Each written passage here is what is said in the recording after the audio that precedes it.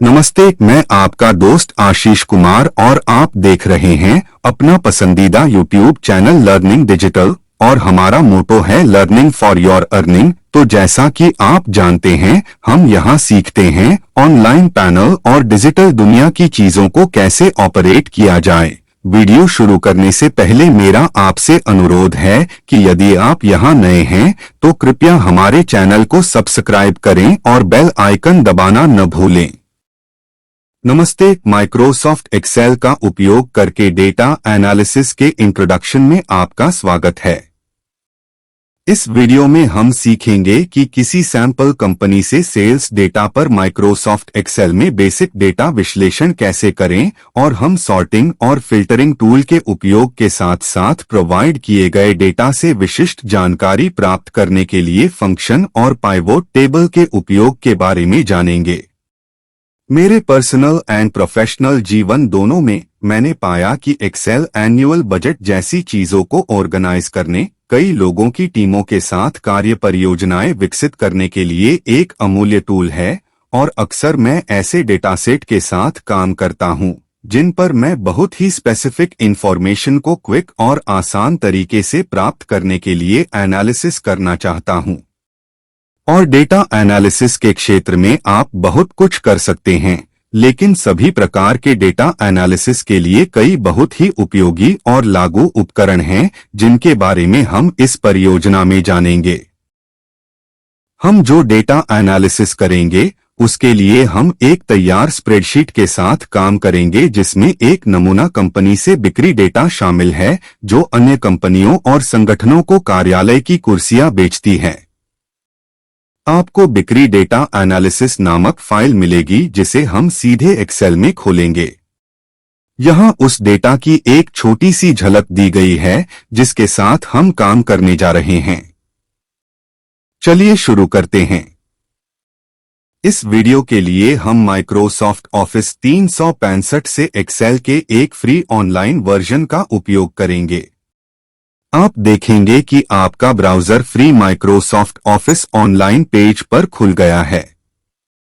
यदि आपके पास पहले से ही माइक्रोसॉफ्ट अकाउंट है तो आप लॉग इन करने के लिए अपने अकाउंट का उपयोग कर सकते हैं।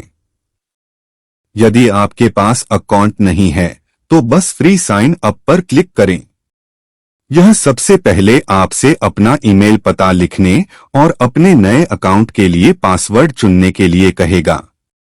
और यह ईमेल एड्रेस आपका नॉर्मल ईमेल हो सकता है, यह माइक्रोसॉफ्ट स्पेसिफिक ईमेल नहीं होना चाहिए। इसके बाद ईमेल एड्रेस को वेरीफाई करने के लिए आपके ईमेल पर एक कोड भेजा जाएगा। वीडियो को रोकें और अपना अकाउंट बनाने और लॉग इन करने के लिए कुछ समय लें और जब आप यह स्टेप पूरा कर लें तो वापस आएं। बढ़िया। अपने माइक्रोसॉफ्ट ऑफिस अकाउंट में लॉग इन करने के बाद आपको अपने होम पेज पर रीडायरेक्ट किया जाएगा और यहां आपको रीसेंट डॉक्यूमेंट्स का एक्सेस मिलेगा जिन पर आप काम कर रहे होंगे। यहां आप अपने डिवाइस से डॉक्यूमेंट्स अपलोड भी कर सकते हैं।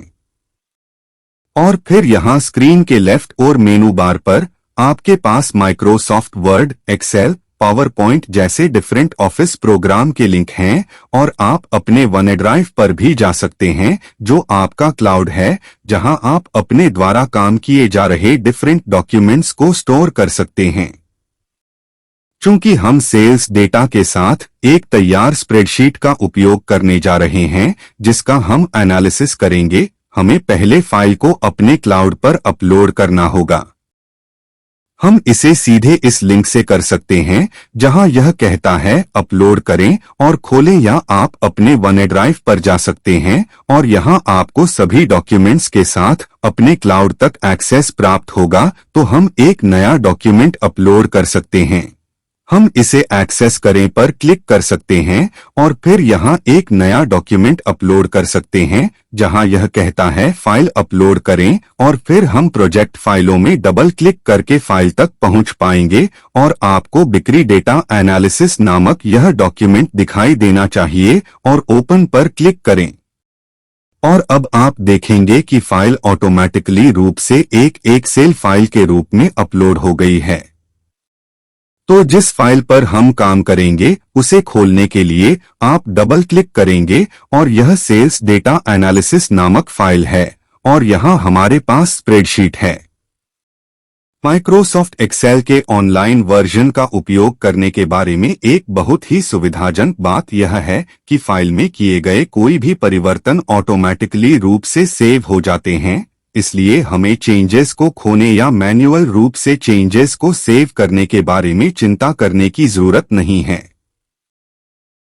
और अब जब आपने फाइल खोल ली है तो आप वह डेटा देख सकते हैं जिसके साथ हम काम करेंगे। डेटा 2020 की पहली छमाही के दौरान डिफरेंट सेल्स रिप्रेजेंटेटिव्स द्वारा ऑफिस चेयर्स की सेल्स को ट्रैक करता है। इसलिए प्रत्येक सेल या ऑर्डर के लिए हमारे पास तारीख और महीना है। सेल्स रिप्रेजेंटेटिव्स अपने एरिया के साथ, हमारे पास एक कस्टमर आईडी भी है और फिर उस ऑर्डर में बेची गई चेयर्स के लिए हमारे पास मॉडल और रंग के साथ साथ एक आइटम कोड, बेची गई यूनिट्स की संख्या, प्रति यूनिट मूल्य और उस सेल के लिए कुल इनकम है। जबकि डेटा बहुत गड़बड़ नहीं दिखता है, हम यह स्पेसिफाई करके शुरू करने जा रहे हैं कि डेटा एक टेबल का हिस्सा है और इससे डेटा को सॉर्ट करना और बाद में फिल्टर का उपयोग करना बहुत आसान हो जाएगा और साथ ही इंफॉर्मेशन को पढ़ना थोड़ा आसान हो जाएगा। टेबल से पूरे डेटा को हाईलाइट करने के लिए हम सेल A4 से लेकर सेल तक मैन्युअल रूप से हाईलाइट कर सकते हैं। मैं सेल L84 तक बहुत नीचे चला गया। या एक और छोटी सी तरकीब है जो यह है कि हम टेबल के किसी भी सेल पर क्लिक कर सकते हैं। मैं बस सेल A4 पर क्लिक करूंगा और फिर कंट्रोल A टाइप करूंगा और फिर एक्सेल अपने आप ही उन सभी सेल को हाईलाइट कर देगा जो टेबल का हिस्सा हैं।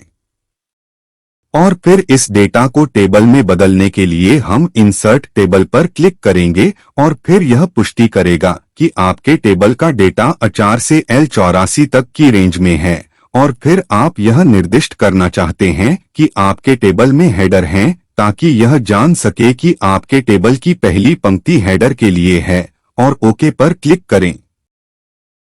अब जब डेटा को टेबल में बदल दिया गया है तो आप देखेंगे कि सेल का प्रारूप थोड़ा बदल गया है। टेबल की हर पंक्ति बैंडेड है जो इसे पढ़ने में थोड़ा आसान बनाती है। और फिर एक बढ़िया बात यह है कि जब हम नीचे स्क्रॉल करते हैं तो आप देखेंगे कि कॉलम के शीर्षक हमारी टेबल के हेडर में बदल गए हैं, जो बहुत बढ़िया है ताकि हमें यह अनुमान न लगाना पड़े कि जब हम नीचे स्क्रॉल करते हैं तो कॉलम का क्या मतलब है। खैर, यह चरण इस कार्य को पूरा करता है। इस कार्य में हमने सीखा कि माइक्रोसॉफ्ट ऑफिस 365 खाता कैसे सेट अप करें, हमारे OneDrive तक पहुंचें और ड्राइव पर फाइल अपलोड करें और साथ ही फाइल खोलें। आपने यह भी सीखा कि डेटा को टेबल में कैसे बदला जाए।